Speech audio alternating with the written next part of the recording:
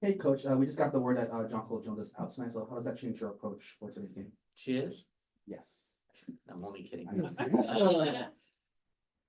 know. Again, they have lots of weapons. Um, Obviously, JJ is really talented at both ends of the floor for them and anchors a lot of things, but our approach won't be much different. Game plan's in. This is our fourth time. We know we were disappointed with our effort coming out of the Olympic break against them, so we're anxious to get back up and raise our level of compete against them, and challenge. We've challenged them that way. That's a big goal of ours, to have a higher level of compete tonight. Hey, Coach. 3 games since Steph Talbot was inserted in the starting lineup. Just curious, what you were hoping to see out of that change and how that's, met your expectations so far. Yeah, Steph gives us a bigger presence, so we can do different schemes defensively, continue to explore different types of schemes when we have different lineups in. She's a facilitator, and at times our best passer in our pick and roll game from a wing position, and seeing how, does that open up some opportunities for Dearica, Azrae, Lee. So, it's all a work in progress. Obviously, I also like how Kia has come back from the Olympic break and played with confidence, and, really has had some good energy that way. So, we're exploring lots of different combinations and looking at all that. So, we'll continue tonight to look again at Steph playing multiple positions. The neat thing tonight for her is, you anticipate now what's the chess match with New York's roster when we're digesting it, within the last few minutes. They're probably going to play smaller. So, now you see the versatility tonight with someone like Steph Talbot. She might be one possession guarding Sabrina, and 2 minutes later with rotations might be guarding Stewie. So that's some of the strength that Steph Talbot brings to a roster. Hey, Coach, I saw you on Twitter and you said you wanted to take responsibility. Obviously, I'm pretty sure that conversation happened in the locker room, but why did you feel it was important to share that publicly? Yeah, I just think, like all of us coaches have egos. We wouldn't be where we're at without, a belief in ourselves. And, I bet on myself coming here to help rebuild a franchise that was very special to me, that gave me an opportunity to transition from a successful collegiate career to the pro career. And, again, I bet on myself that we could turn it around. The biggest compliment throughout my career, that I pride myself in, is getting teams to overachieve. And despite our injuries this year, despite the illnesses, I don't think this is one of the teams in my 22 years of head coaching career to get to overachieve in the regular season. So, I if I'm going to stand and be proud of my accolades, then I better be able to stand up and look people in the eye and say, I need to do a better job with this young team. And while we're competitive, trying to help them find a confidence in close games. And I just don't think that I've, helped them enough in close games. And I can do a better job with this young team trying to get to the finish line. Because, man, we played some good basketball against really good teams. And you would say that we are undermanned against some of those teams for 3+ quarters. But I would really like them to feel the elation of, all the way to the finish line. Coach, Brakia Jackson has been a standout even in these losses, just really ramping up her production overall. What's the biggest difference between Brakia when you first interacted with her in training camp and where she's at now? Yeah, I don't think enough can be written about the credit that she deserves on the growth of her game in a very short period. You see it from year 1 to year 2, or, someone's in their 3rd year and you look back at where they were their rookie year. The amount of improvement that she has really displayed from May to August in a short window with a long break for the Olympic break, is remarkable. And she will be the first to tell you when she watches herself on film in May, she's like, oh my gosh, like over and over again. She's like, wow. And, it's just really a credit to her. And I also want to credit the coaching staff. My assistants have done a really good job of investing time in film with her, investing time on the court. But you can't write enough about Rakia's improvement within one season, and especially in her rookie year.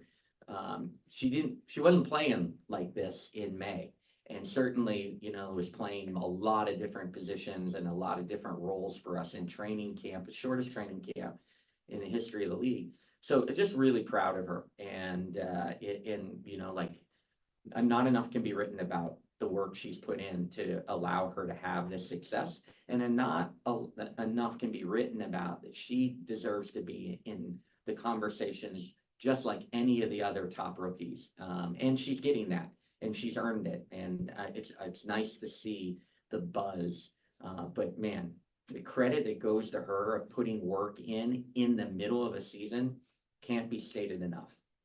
DJ. Hey, Coach, DJ from Infinity TV. In the past few games, we've talked a lot about energetic cycles, just coming up and showing the play. How do you feel, and how is the team feeling in the locker room today ahead of this game against New York? Yeah, I thought we had a good day of preparation. Again, we got back to fundamentals and had a practice where we were working more on, our basic core philosophy and not necessarily New York. We wanted to get back to work. We know where we are in this build in this season.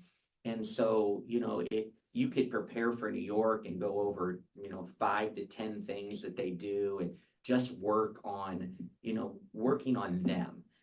But the bigger picture is we've got a lot to improve on, and getting back to basics was really important to us. And one of the words that we've used over the last 48 hours is being more disciplined. I think at times this young team loses some discipline at both ends of the floor. And it's a product or a byproduct of their want. They want to help this team be successful. They want so desperately to be the person that helps get them a stop, to help get them a big basket. We got one stop in the fourth quarter against Dallas, one, but we lost some discipline throughout that fourth quarter because everyone was trying so hard. But now we're out of position. Now we're exploited to fouling. Now we're exploited to easier plays because of their want to was high. But we have to have discipline, throughout. So we got back to the basics. So I feel good coming out of the practice. We practice longer, harder than you typically do the day before a game. So I'm anxious to see what kind of energy they will muster up. If we're tired, that's on me. But bigger picture wise, we really needed to practice like that. For the last question, we'll go to Zoom. Jackie Powell from the Next. Hi, Curt. Thanks for taking this. Obviously, I prepped these questions before I knew that JJ was going to be out, but I will ask them anyway. Obviously, Jonquel, who you coached for many years, is having the best assist year of her career. So I'm just curious what you think has led her to this point where she's distributing the ball even at a higher level this year than she was in her MVP season with you back in 2021. The funny answer is Sandy's letting her throw behind the back passes, and I didn't. But what I see, and I'm such a fan of JJ, and obviously traded for her on draft night, and was very fortunate to coach her. And one of the stats that I never see is JJ's the lowest drafted player to ever become an MVP. And so, I'm a huge fan. I think the game's slowing down for JJ. Like, she just has a real good feel for the game. She plays with great players. They have a veteran coach. But I think when you watch her, the game has slowed down. She was always a really smart player. She was good X's and O's, Y. She had good feel. But you can just see the comfort level that the game's not too fast for her ever anymore. And just, again, will always be a fan and in her court. And I do have to follow up about the behind the back comment, just because the crafty passes they've been quite noticeable. I mean, it's not just the behind the back. Sometimes she just sort of like casually drops the ball and then Sabrina knows where she's dropping it. So I guess I'm just curious, was this like theatricality and swagger? So it was something you saw in CT in Connecticut as well? You just sort of were like, no, don't do that. No, I just think it's maturation. I think, she's just, one of the best in the world. And again, I don't care if you put all these great players together. The second year is always going to be better than the first year. And while all those great pieces were put together, you can tell that there's just more chemistry. They're just used to playing with each other. They know how they like the ball. They know when that they need the ball. They, anticipate each other's movements. You can tell it's a team that now has played together and just wasn't put together and, told to be great because the paper says they're great. So you see the chemistry. And again, I think the game slowed down for JJ. Thanks so much, Curt. Good luck tonight. Thank you. Thanks, Curt. Thanks, Coach.